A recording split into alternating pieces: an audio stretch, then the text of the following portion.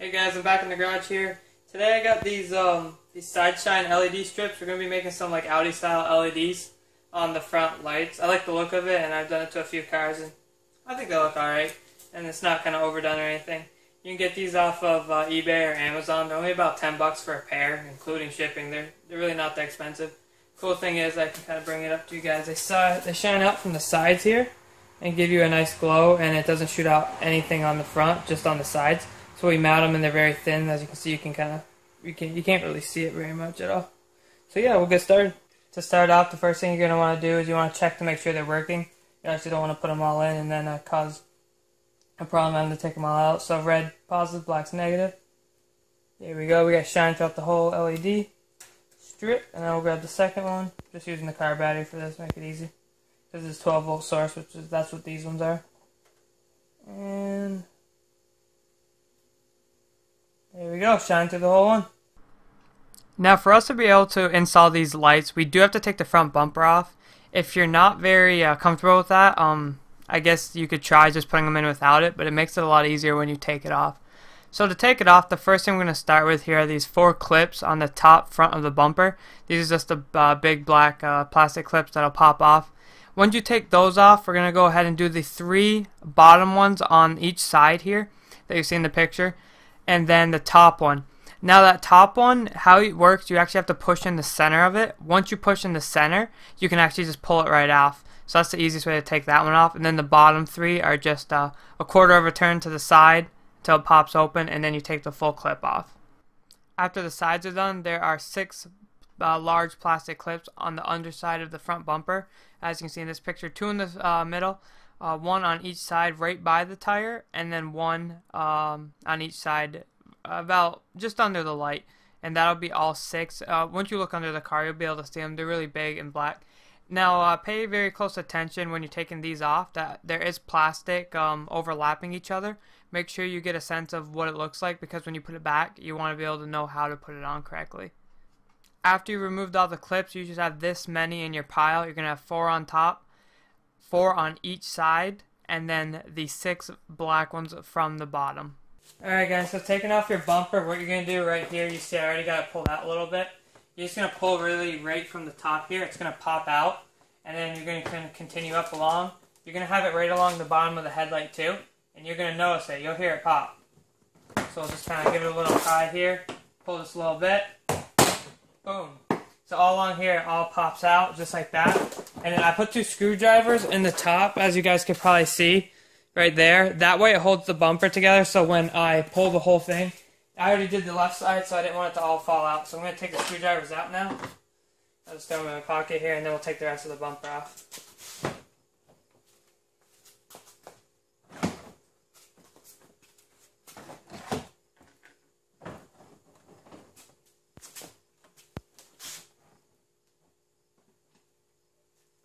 Now, if you guys have fog headlights, you definitely want to disconnect them.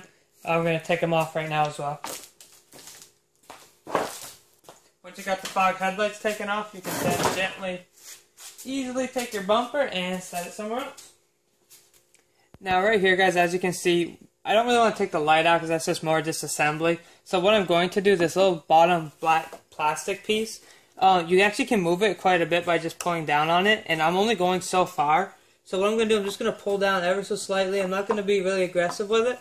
And then I'm just going to pretty much stick a screwdriver in there. That gives me a lot more room at the bottom for where I can work. So after that, I'm going to go ahead, I'm going to clean the housings. Use whatever you want. Just make sure it's really clean. This is going to make sure that your lights stick in the end. Because if you don't clean it very well, they're not going to stick. And then you're going to do all this for nothing, and they're just going to fall off. So it's definitely recommended just to clean them very well. You can take them out and do that, but like I said, I don't really want to go through all that again. So I'm just going to go ahead and clean them all up here. Once you're done cleaning it, we can go ahead and we can start laying our lights. Now just a reminder, I would just check, make sure you got them pointed the right way. There's nothing worse than doing all this and you got them the wrong way. Just make sure, go ahead and test them quick, make sure they're pointing the right way. That way you know what, you're not going to do all this and then they end up shining out on you. So what I'm going to do, I'm just going to pull off some of the tape here. Don't pull off a ton, just pull off a little bit. Work slowly, you don't have to, there's not a rush here. Just pretty much get them started right where you want them and then work them way down. I'm going to start right on this black spot right here. and make sure that you're on the outside of the headlight. Just go ahead and stick it on nice and smooth, and then slowly just work your way down. Use your finger kind of as like a guide, so that way you're right on the edge of the headlight. That way it's going to look all uniform when it starts shining. We'll go all the way down to the edge here. And see, I started drifting out, so I'm just going to pull back. And I'm going to lay them down again. So there we go. I got that all set there. Like I said, take your time, look at it, make sure they're just right. Nothing worse than doing all this for nothing. And I'm going to peel back here. Now this bottom part is quite a bit tricky. But I recommend go ahead and peel off right where you're going to come around the edge of that headlight. And then just go ahead and put it up where you want it. In here. And then what we'll do, we'll slowly pull the tape off. Now I'm only going to about here. So what I'm going to do, once I get down to that spot, I'm going to cut it afterwards. So I want it right about there. So now what I'm going to do, I'm going to hold it in one spot. Pull it out. Let's get the tape started, and then I'll hold it in that one spot, and I'll slowly start bringing the tape around again.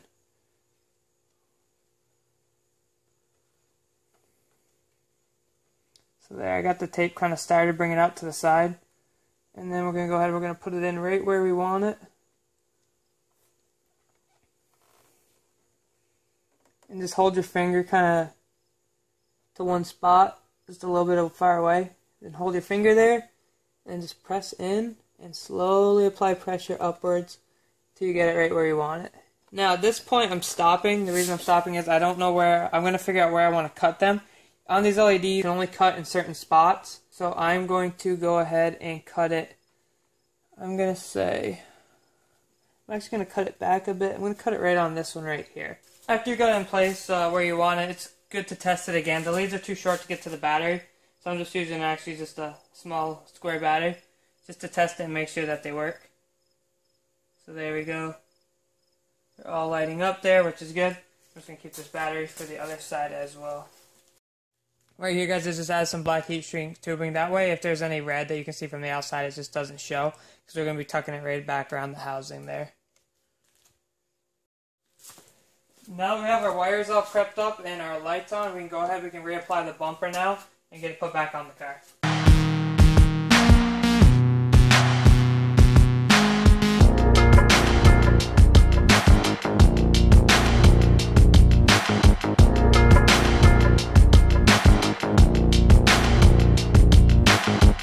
When reapplying the bumper, one big thing to remember is this little black clip on the top sides of the car that you have to push in the center to get out. Before you put it back in, go ahead and push it back to where it originally started. So push it back inward, or outward I should say, and then you can go ahead and apply it and it actually clicks in, because if you don't, it's just gonna fall back out on you.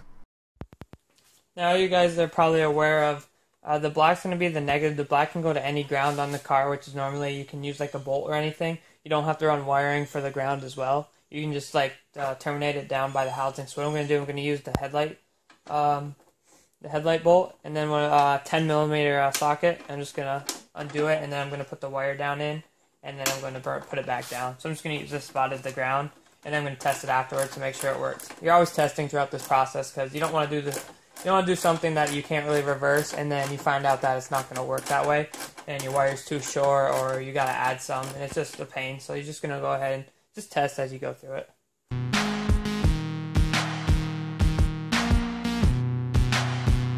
To hide this wire for the main, I'm going to take this off here. That way I can run it right under, and it'll look a lot better. So do this. Just remove the two clips here. Just do a quarter of a turn, like half a turn, and then pop them up through the center, and then they come right out. They're going to look like this here once you're done with them. And once that's done, this is really easy. Literally just pops right out, and we can set that aside, and that leaves us some area to work with. I'm going to put it right under here through this channel, and then get it to the other one, and then we'll put both wires together, and then we'll run the main one right through to the cabin. The reason I'm running it to the cabin, I don't want to tap into my lights, and when I run it into the cabin, I can put it on a fuse, and then it'll turn on and off when I want it, or it'll turn on and off when I do the lights, which is exactly what I want.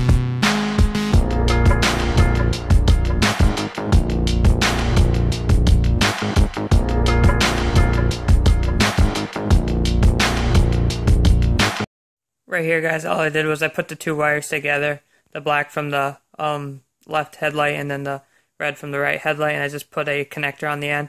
That way I can disassemble this if I ever have to in the future, and or something happens and like one of the wires breaks. It's all like disconnectable. Now guys, to feed the wire into the car using the grommet that's just to the left of your dead pedal, we gotta take this stuff off. The easiest way, I have rather smart mouth off, so I just loosen them up. This top part, you just kind of just pull. It pops right out like that. And for the bottom one though, it is connected, so we gotta pull off the bottom. So what we're gonna do is just gonna pull out here and get it loosened up, and we just pop out the left side as well. Now the mud flaps, it is a little bit harder because you gotta work around them, but there we go, it pops out. And then because that's out, we can go ahead and we can take this. And there we go. We got that out there. And we'll just let that sit there, and then we can put it right back on when we need to. Now to access the firewall so we can actually get our hand in there and work with it, we're going to take off these 3 plastic clips. This will allow us to just pull back the inner lining a little ways. We don't have to take the whole thing off, just enough so we can actually reach back there and do some work on it. So go ahead and take all 3 of those off, and then as you can see in this picture, what I have is I took a screwdriver and I just poked it through the top portion of the firewall. There's 3 grommets, or 1 big grommet, and then there's 3 spots on the grommet. The top one's actually not used for anything, and it's very, very thin. So I took the screwdriver and just poked a hole in through it. The reason I did that is so I could make it easier to force through. What I got here is just a piece of wire, and then I wrapped the wire on the end of it so that I can just push the hard wire through, and then I can work from there. So what I did, I took that and I just pushed it through the grommet where I had the hole punched, and as you can see on this picture, it pops through the other side. And then from this side, I simply took it and I flipped it around and I put it up through, and then it popped out the top on the side of the engine bay, where then I was able to run it to where I needed to. Now guys, one thing I want to do as well is because that's running down through spots where there is some jagged pieces of metal, I'm going to put Tech Flex, you could call it. It's like a braided sleeving. It goes over the wires, that way if they're rubbing on anything, that this takes the brunt of it and it doesn't get cut or anything. And you're probably thinking, yeah, how do you measure because you got it all up and all around? What I'm going to do, I'm going to just put the sleeving on. I'm going to terminate it right about like say here. And then what's going to happen is I'm going to pull this spot all the way down until it hits the grommet, and then I'll still have an ample amount to where I can cut off at the end and then do what I need to do. The best way to stop this Tech Flex from unraveling, you're going to want to put a zip tie around the end like so, and then take heat shrink and then cover it and heat shrink it, and then you won't have any problems in the future with it unraveling. As you can see here, I have the Tech Flex covered wire running all the way down the side of the car, and then bringing it right around the front, keeping it nice and clean. I went under the, I believe that's windshield wiper fluid, and that just keeps it down. I'm running right along the black wire, and then I come right to the end here, which I will work on later. Here I cut the Tech Flex, and I put the connector on the end. I heat shrunk that, and then I put them together, and I heat shrunk the whole thing, that way giving one nice solid connection where there's not going to be any shorts. As of this point, we have everything done on the outside of the car that we need to. This is just a quick video of showing you kind of how it looks and how it works. I got it running under the air duct, and then I have it right along through that small crack between your radiator and the subframe of your car. Then we're coming along through. I have it all neat, kind of tied down and taped down a bit, and I got it running all the way up through on the side of the car, going down through into that grommet, and now we can work on the inside. Now on the inside of the car, we're going to go ahead and we're going to pop off our fuse cover. And then, oh, there's a lot of fuses to choose from. So in order to figure out what fuse we're going to use, we're going to go to the manual. This is on page 12-11. This is pretty much all the fuses and what they're used for. Now we're going to be using 16. That's going to be your illumination fuse. This will allow the lights to come on when you use your headlights in your car and when you use your daytime running lights. And then on the left hand side of the page, there's a chart of where they are located. So we're going to use 16, which is highlighted in green here. Now, to get this all hooked up, we've got to install what's called a fuse tap or an ADA circuit. These are really nice. They're really cheap too online, just a few bucks a piece plus shipping. And what they are, they allow you to add a circuit onto your existing one that you're using, like our 16 slot. It's going to leave that alone, and it's just going to add it on top and act like it's not even there. That way the 16 is not pretty much interrupted or anything. And these come in various different sizes. Now, what Subaru uses in this certain control panel, or your fuse panel, this is going to be a ATM fuse tap, which is the center fuse in this picture, as you can see with the pointy bottom on each side of it, and then the loop in the center. And then you have your mini blade on the right, but it's the center one that we're going to be working with, so it's very essential you get the right size when you do these. And then what you're going to do, you're going to take your 16 slot that we have, that fuse, that 10 amp fuse, we're going to just take it right out. We're going to put it in the left side of this fuse tap, closest to the prongs. This will allow that circuit to keep functioning normally. And then you're going to take another fuse. I have a 7.5 amp fuse in here. I would recommend smaller, between 3 and 5. Thing is, they're really hard to find, and this is all I had on me at the time, but I definitely would recommend something a little lower. That's going to go in the other slot, and that would be your ADA circuit, so then that one will function on its own. Lastly, all we have to do is make our connections, putting the black wire that we ran through the firewall. We're going to connect it to the red of the fuse tap. Then we're going to go ahead, we'll throw some heat shrink tubing on it. Now guys, heat shrink tubing first before you make your connections, because then you just can't put it on. I can't tell you how many times I cut a wire and had to redo it just because I forgot the heat shrink tubing. But it's essential to put your heat shrink tubing on first, obviously. And then you're going to take your fuse tap. We're going to put it right in that 16X slot that we took the fuse right out of. And then, as you can see, I have another fuse tap for a hardwired radar detector. They work really well, and I like to use them because you don't have to fiddle with anything else by tapping into any wires. That's why it's called a fuse tap. It just taps into the fuse and uses the circuit that it's running, and then you're great and you're good to go. This brings us to the end of the video. Please subscribe, that way you don't miss anything in the future. It really means a lot to me, and I like making these videos just to help you guys out. So nevertheless, I'm going to shut up. Here's some glamour photos to show you guys what it looks like, and I'll see you guys later.